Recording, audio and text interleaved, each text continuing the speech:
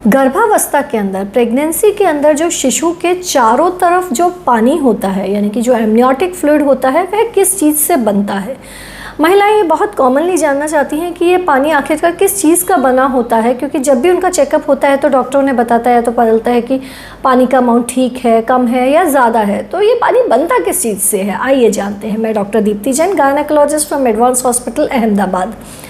देखिए, जो शुरू के 16 हफ्ते हैं, शुरू के महीनों में, शुरू के 3-3.5 महीने तक यह जो एमनियोटिक फ्लूइड है, जो बच्चे के चारों तरफ जो पानी है, यह मेनली माँ के प्लाज्मा द्वारा निर्मित होता है, यानी कि यह कम्प्लीटली मैटरनल प्लाज्मा, माँ के या ब्लड से बनता है। किंतु जो आखिर के महीने होते हैं, यानी कि 16 वीक्स के बाद का जो समय होता है, इसमें इसका मेन जो फॉर्मेशन है, मुख्य जो इसके अंदर कंट्रीब्यूट जो चीज़ करती है, वह होती है बच्चे का यूरिनेशन। जी हाँ, जो बच्चा, जो शिशु गर्भ में डेवलप हो रहा है, वह इस पानी को स्वेलो करता है और फिर उसी को यूरिन के फॉर्म में निकाल देता है। तो इस पानी का स्वेलो करने से और उस पानी को एक्सक्रीट करने से, यूरिनेट करने से इस पानी का निर्माण होता है। ऑल्दो इसके अलावा भी कई और चीज़ें होती हैं जिसके द्वारा इस पानी का निर्माण होता है। इस बच्चा होता है, उसके लंग्स के, नोज़ के, ओरल और ट्रेकियल, इन जगहों के जो फ्लूइड सिक्रीट होता है, इन जगहों से सिक्रीशंस होते हैं, उसके द्वारा भी ये पानी का निर्माण होता है। ये पानी बहुत ही ज़रूरी चीज़ होती है, क्योंकि इसी से बच्चे की जो फर्दर ग्रोथ होना है वो सबके लिए बहुत ही ज़रूरी है, बहुत इंपॉर्टेंट चीज़ होती है। बच्चे के चारों तरफ जो पानी है, उसके बारे में हम सब कुछ इस वीडियो में डिटेल में जानेंगे कि इसका क्या काम होता है, कम क्यों हो जाता है, ज़्यादा क्यों हो जाता है, क्या हम कर सकते हैं, ठीक है। इसका अमाउंट कितना होता है? जब प्रेगनेंसी 12 वीक्स की होती है, यानी कि लगभग 3 महीने का जब शिशु होता है, तो इसका अमाउंट लगभग 60 ml, जी हाँ 60 ml जितना होता है। जब ये प्रेगनेंसी लगभग 16 वीक्स की होती है, तो इसका अमाउंट बढ़ के 175 ml, जी हाँ 175 ml जितना हो जाता है जब 4 महीने की प्रेगनेंसी होती है, 16 हफ्ते की प्रेगनेंसी होती है। उसके बाद ये धीरे धीरे बढ़ता जाता है। 28 हफ्ते तक, 28 वीक्स की प्रेगनेंसी तक इसका अमाउंट धीरे धीरे बढ़ता है और यह लगभग 800 ml जितना 28 हफ्ते पे हो जाता है, 800 ml जितना। उसके बाद जो इसका अमाउंट है वह स्टेबल हो जाता है, यानी कि वह और बढ़ता नहीं है। और फिर जब टर्म पहुंचता है, यानी कि 9 महीने जब पूरे होते हैं, उसके बाद यह धीरे धीरे कम होने लग जाता है। जी हाँ, इसीलिए जब कहते हैं कि जब प्रेगनेंसी ड्यू डेट को क्रॉस कर जाती है तो वो रिस्की हो जाता है, क्योंकि उसके बाद धीरे धीरे जो ये पानी का अमाउंट है वह धीरे धीरे कम होता जाता है। जो पानी है ये इतना महत्वपूर्ण क्यों होता है, क्यों ये इतना इम्पॉर्टेंट है? ये इतना इम्पॉर्टेंट इसलिए है क्योंकि ये बच्चे के चारों तरफ एक प्रोटेक्टिव लेयर जैसी बनाता है। ये एक शॉक एब्जॉर्बर जैसा होता है बच्चे के लिए, क्योंकि बच्चा एक बैग ऑफ मेम्ब्रेन्स के अंदर होता है जिसके अंदर ये पानी भरा हुआ होता है। तो जो भी एक्सटर्नल प्रेशर आता है, ट्रॉमा आता है, कुछ भी हो रहा है, तो उस सभी के अगेंस्ट ये बच्चे को प्रोटेक्ट करके रखता है। ये बच्चे के लिए कुशन की तरह काम करता है। साथ में ही ये बच्चे का टेम्परेचर कंट्रोल करने में भी हेल्प करता है, क्योंकि ये एक रेगुलर, एक ऑप्टिमम टेम्परेचर बच्चे के चारों तरफ बना कर रखता है। तो उसको बहुत एक्सट्रीम टेम्परेचर वेरिएशन से भी ये प्रोटेक्ट करता है। क्योंकि बच्चे के चारों तरफ ये एक पानी का बैग होता है, उसके कारण उसकी मसल्स का और बोन्स का डेवलपमेंट भी अच्छे से होता है। वह तभी होता है जब बच्चा अंदर अच्छे से घूमता है, किक्स मारता है, तो उसी के कारण उसके मसल्स और बोन्स का डेवलपमेंट होता है। अगर ये पानी नहीं होगा तो वह घूम नहीं पाएगा, किक्स नहीं मार पाएगा, तो उसके मसल्स और बोन्स का भी अच्छे से डेवलपमेंट नहीं होगा। इवन बच्चे का जो गैस्ट्रोइंटेस्टाइनल सिस्टम है, यानी कि जो आंत और जीआई सिस्टम है, और साथ में जो लंग्स वाला सिस्टम है, उसकी भी प्रॉपर ग्रोथ के लिए यह पानी बहुत ही महत्वपूर्ण रोल प्ले करता है। इस पानी के अंदर कुछ ऐसे फैक्टर्स भी होते हैं, एंटीबॉडीज़ भी होती हैं, जो बच्चे को प्रोटेक्ट करके रखते हैं इन्फेक्शन के अगेंस्ट। ये बच्चे को प्रॉपर लुब्रिकेशन प्रोवाइड करता है, क्योंकि अगर आप सोचिए, अगर ये पानी चारों तरफ ना हो या बहुत कम हो, तो बच्चे की, जैसे कि हैंड है, तो हैंड की फिंगर्स ये अलग अलग कैसे रह पाएंगी, ये सब आपस में चिपक जाएंगी, ये वेबिंग हो जाएगी। तो इस चिपकने को भी प्रिवेंट करता है, बच्चे को अच्छे से लुब्रिकेशन प्रोवाइड करता है। इसके अलावा ये जो पानी होता है, यह अम्बिलिकल कॉर्ड के कंप्रेशन को भी रोकता है। जी हाँ, जो बच्चे के चारों तरफ जो नाल होती है, जो नाल यानी कि जिस अम्बिलिकल कॉर्ड से बच्चा प्लेसेंटा द्वारा माँ से जुड़ा होता है, तो वह दब ना जाए, उसको, उसके दबने को भी ये प्रिवेंट करता है। अगर वह दब जाएगी तो बच्चे की तरफ ब्लड फ्लो कैसे जाएगा, उसका जो पूरा न्यूट्रिएंट्स और ऑक्सीजन का सप्लाई है वह रुक जाएगा। तो उससे भी प्रोटेक्ट, अम्बिलिकल कॉर्ड कंप्रेशन को भी ये जो पानी है ये प्रोटेक्ट करके रखता है। तो ये पानी जो होता है ये बहुत ही ज़रूरी है, बहुत इंपॉर्टेंट चीज़ है बच्चे की ग्रोथ के लिए। ठीक है, अगर यह पानी की मात्रा कम हो जाती है तो उसे हम मेडिकल टर्मिनोलॉजी में, हमारी भाषा में ओलिगोहाइड्रोएमनियोस कहते हैं, और अगर यह पानी की मात्रा बढ़ जाती है तो उसे हम पॉलीहाइड्रोएमनियोस कहते हैं। ओलिगोहाइड्रोएमनियोस यानी कि पानी कम हो जाना लगभग 4% प्रेगनेंसीज में पाया जाता है, और जब ये प्रेगनेंसी पोस्ट टर्म जाती है यानी कि आपकी जो ड्यू डेट है उसको वो क्रॉस कर जाती है तो इसका इंसिडेंस बढ़ के 12% जितना हो जाता है। इसीलिए हम लोग ये बहुत ज़्यादा स्ट्रांगली कहते रहते हैं कि जो आपकी तारीख है तब तक बच्चा डिलीवर हो जाना चाहिए, ये और आगे नहीं बढ़नी चाहिए प्रेगनेंसी, क्योंकि जब ये प्रेगनेंसी अपनी तारीख को क्रॉस कर जाती है, कभी कभी कुछ पेशेंट्स में क्रॉस कर जाती है, दर्द शुरू नहीं होते, तो ऐसे में क्या होता है पानी धीरे धीरे कम होने लग जाता है, जो कि फिर बच्चे की ग्रोथ और इन सब चीज़ों को अफेक्ट करता है। तो नॉर्मल प्रेगनेंसीज में ओलिगोहाइड्रोएमनियोस की यानी कि पानी कम होने की पॉसिबिलिटी लगभग 4% जितनी होती है, और पोस्ट टर्म प्रेगनेंसीज में लगभग 12% जितनी होती है। हमें पता कैसे चलता है कि पानी कम है या ज़्यादा?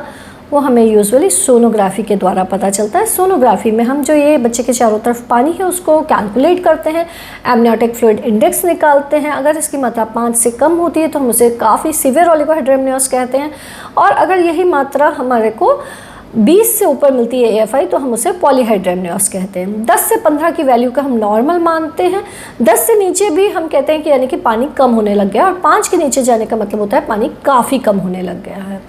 अब ये पानी कम होता क्यों है? जो ओलिगोहाइड्रोएमनियोस है ये किस कारणवश होता है? इसके कई कारण होते हैं। देखिए, ओलिगोहाइड्रोएमनियोस क्यों होगा?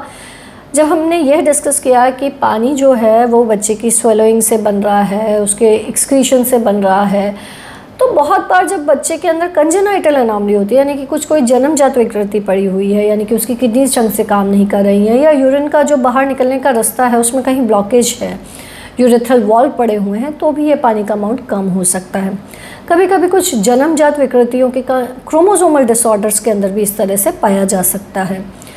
कभी कभी अगर माँ का ब्लड प्रेशर हाई चल रहा है यानी कि PIH है, प्रेगनेंसी इंड्यूस्ड हाइपरटेंशन है, जो हाई ब्लड प्रेशर होता है उसमें प्लेसेंटल सर्कुलेशन अच्छा नहीं रहता, जिसके कारण भी ये जो बच्चे के चारों तरफ पानी है इसकी मात्रा थोड़ी कम हो जाती है। जैसा कि मैंने बताया कि अगर ये ड्यू डेट क्रॉस कर जाए यानी कि पोस्टम प्रेगनेंसीज में ऑटोमेटिकली पानी कम होने लग जाता है।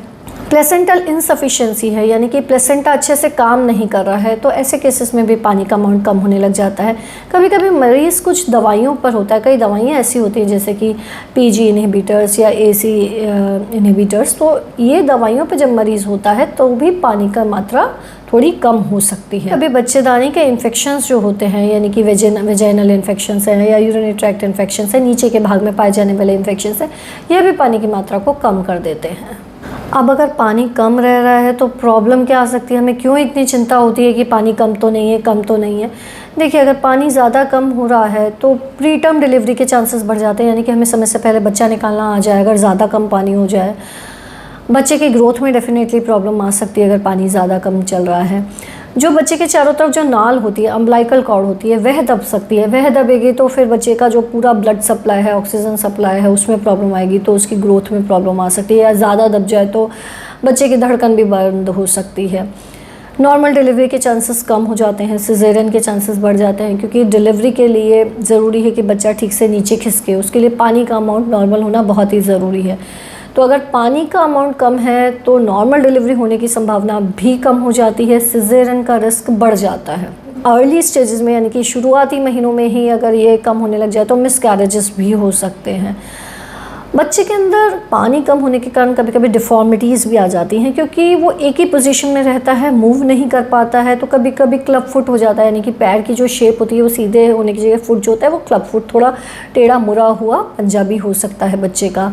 बच्चे की कभी कभी स्कल के अंदर शेप में भी चेंजेस आ सकते हैं, क्योंकि पानी कम होने के कारण वो एक ही जगह प्रेशर पड़ता रहता है, वो जो उसका कुशनिंग इफेक्ट है, जो पानी एक शॉक एब्जॉर्बर और कुशनिंग वाला काम करता है वो चला जाता है, तो उसके कारण कि बच्चे के स्कल के अंदर भी उसकी शेप के अंदर चेंजेस आ जाए, यह भी पॉसिबल है। तो पानी बहुत ही महत्वपूर्ण चीज़ है, उसका ध्यान रखना बहुत ज़रूरी है। जैसा कि मैंने बताया था कि बच्चे के लंग्स के डेवलपमेंट के लिए भी ये पानी होना ज़रूरी है। तो फीटल पल्मोनरी हाइपोप्लेजिया यानी कि लंग्स का पूर्णतः विकास ना हो, वह भी अगर पानी कम चल रहा है तो वह भी हो सकता है। अगर माँ लेबर के अंदर जा रही है, यानी कि हम डिलीवरी की कोशिश कर रहे हैं, तो डिलीवरी का प्रोसेस बहुत लंबा चले या फिर सिज़ेरियन का रिस्क आ जाए, इन दोनों ही चीज़ें हो सकती हैं। ये तो बात की हमने कि पानी कम होना। अब पानी अगर कम हो तो उसके लिए आप क्या कर सकते हैं कि ये पानी का मात्रा थोड़ी बढ़े। देखिए, आप एज अ पेशेंट जो आप कर सकते हैं वो ये है कि आप डेफिनेटली पानी अधिक पीजिए। पानी अधिक पिएंगे, लिक्विड ज़्यादा रहेंगे तो आपका जो सर्कुलेशन है वो ज़्यादा अच्छा मेंटेन रहेगा और पानी थोड़ा बढ़ने की संभावना रहेगी। आप रेस्ट अच्छे से कीजिए, क्योंकि अगर जब आप काम वाम करती रहती हैं तो आपका जो सारा ब्लड फ्लो है वो बाकी के बॉडी पार्ट्स में भी डिस्ट्रीब्यूटेड होता है। जब आप रेस्ट करेंगी तो बच्चेदानी की तरफ या बच्चे की तरफ जो जाने वाला जो ब्लड सप्लाई है वह बढ़ जाएगा। तो आपका रेस्ट करना और अधिक पानी पीना डेफिनेटली थोड़ा पानी बढ़ाने में आपको ये मदद कर सकता है। और साथ में अगर कोई भी ऐसे फैक्टर्स चल रहे हैं जिन्हें कि हम ठीक कर सकते हैं एज अ डॉक्टर, जिसमें कि हम कई बार खून पतला करने की दवाइयाँ भी देते हैं, कभी कभी पानी बढ़ाने के लिए आर्जिनिन सैशे दिए जाते हैं, कभी कभी इसके लिए ड्रिप्स भी दी जाती रखती हैं। तो एज अ पेशेंट आप पानी ज़्यादा पीजिए, रेस्ट ज़्यादा कीजिए और अपने डॉक्टर की जो एडवाइस है वो पूरी तरह से फॉलो कीजिए।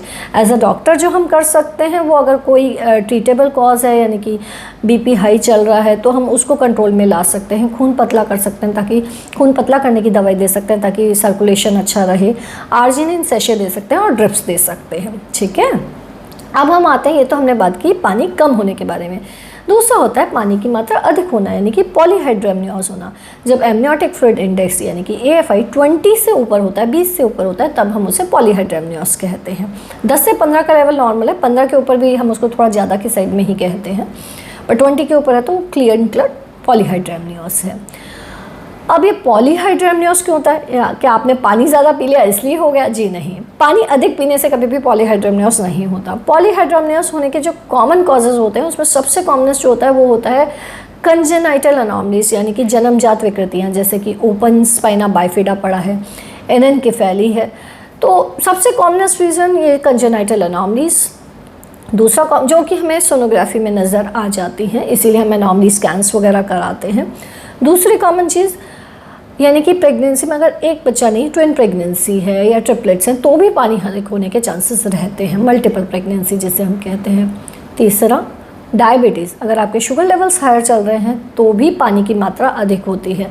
तो as a gynaecologist, as a obstetrician, जब भी हमें लगता है कि पानी अधिक चल रहा है तो हम पेशेंट का शुगर लेवल ज़रूर चेक कराते हैं कि कहीं डायबिटीज़ तो नहीं डेवलप हो रहा है, क्योंकि बहुत सी बार प्रेगनेंसी में गेस्टेशनल डायबिटीज़, यानी कि प्रेगनेंसी के कारण शुगर लेवल्स बढ़ने की पॉसिबिलिटी आ जाती है। कुछ प्लेसेंटल कंडीशंस होती हैं, जैसे कि कोरेंजियोमा ऑफ प्लेसेंटा, उसके कारण भी पानी का अमाउंट बढ़ जाता है। कभी कभी माँ के हार्ट की या किडनी की प्रॉब्लम, कार्डियक या रीनल डिजीजेज ऑफ मदर्स के कारण भी पानी का अमाउंट अधिक हो सकता है। अब पॉलीहाइड्रोएमनियोज है तो प्रॉब्लम क्या है? पानी कम होने की तो प्रॉब्लम हम समझ गए, पानी ज़्यादा होने की क्या प्रॉब्लम है?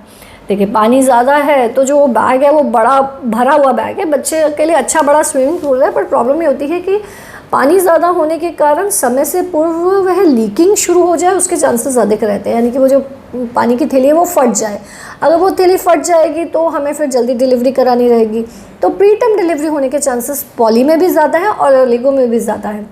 यानी पानी कम है तो भी समय से पूर्व बच्चा हो सकता है और पानी ज़्यादा है तो भी समय से पूर्व बच्चा हो सकता है, पहली चीज़। दूसरी चीज़, पानी अधिक होने के कारण बच्चा प्रॉपर पोजीशन नहीं लेता है। बहुत कॉमनली बच्चा घूमता रहता है, उसका हेड फिक्स ही नहीं होता है, उसके कारण फिर से नॉर्मल डिलीवरी होने की संभावना कम हो जाती है, क्योंकि नॉर्मल डिलीवरी के लिए हेड फिक्स होना ज़रूरी है। तो फिर से सिजेरियन की जो पॉसिबिलिटी है वह बढ़ जाती है। तो पानी कम है तो भी सिजेरियन के चांसेस ज़्यादा हैं, पानी ज़्यादा है तो भी सिजेरियन के चांसेस ज़्यादा हैं। पानी का ऑप्टिमम लेवल, यानी कि ठीक अमाउंट होना ज़रूरी है ताकि नॉर्मल डिलीवरी हो पाए। कभी कभी जब ये पानी की थैली फट जाती है तो नीचे, क्योंकि पोजीशन, बच्चा अच्छे पोजीशन नहीं ले पाता, तो नीचे बच्चे का हेड आना या बच्चे का पार्ट आने की जगह कभी कभी कॉर्ड आ जाती है, अम्बलाइकल कॉर्ड आ जाती है और फिर बच्चे का पार्ट आता है। तो इस कारणवश कभी कभी जो अम्बलाइकल कॉर्ड है वह दब जाती है, कॉर्ड का कंप्रेशन आ जाता है, कॉर्ड प्रोलैप्स तक हो सकती है। तो यह भी एक बच्चे के लिए लाइफ थ्रेटनिंग वाली कंडीशन रहती है। पानी ज़्यादा होने के कारण प्रीक्लैम्शिया होने की, यानी कि प्रेगनेंसी के दौरान हाई ब्लड प्रेशर आ जाने के चांसेस भी बढ़ जाते हैं। जी हाँ, कभी कभी पानी ज़्यादा होने के कारण जब ये मेम्ब्रेन्स रप्चर होती हैं और पानी एकदम बाहर निकलता है तो जो प्लेसेंटा है वह अपनी जगह से सेपरेट हो जाए, अब्रप्शन हो जाए, उसके चांसेस भी बढ़ जाते हैं। तो पॉलीहाइड्रेमनियोस भी परेशान करने वाली चीज़ है। ऐसा नहीं कि पानी बहुत ज़्यादा है तो चलेगा, पानी ऑप्टिमम होना चाहिए, ना ज़्यादा होना चाहिए ना कम होना चाहिए। अगर पानी ज़्यादा चल रहा है, पॉलीहाइड्रेमनियोस चल रहा है, तो हम क्या कर सकते हैं? देखिए, हम जो कर सकते हैं, हम उसके कारण ढूंढ सकते हैं। सोनोग्राफी करके डेफिनेटली कोई जन्मजात विकृति तो नहीं पड़ी, वह देख सकते हैं। शुगर लेवल्स नॉर्मल चल रहे हैं या नहीं देख रहे हैं, हम उनको चेकअप कर सकते हैं। लेकिन हम उस पानी को बहुत कम करने के लिए बहुत उसको सिरिंज डाल के निकाल लें, ये सब चीज़ें प्रैक्टिकली बहुत हेल्पफुल नहीं होती हैं, बहुत नहीं की जाती हैं। ठीक है, तो पानी का नॉर्मल अमाउंट बेहद ज़रूरी है आपकी नॉर्मल प्रेगनेंसी के लिए। आई होप आपको पानी के लेके जो भी कन्फ्यूजन्स होंगे वो क्लियर हो गए होंगे। फिर भी कोई कन्फ्यूजन हो तो आप कमेंट बॉक्स में लिख के पूछ सकते हैं। चैनल को सब्सक्राइब कीजिए। धन्यवाद।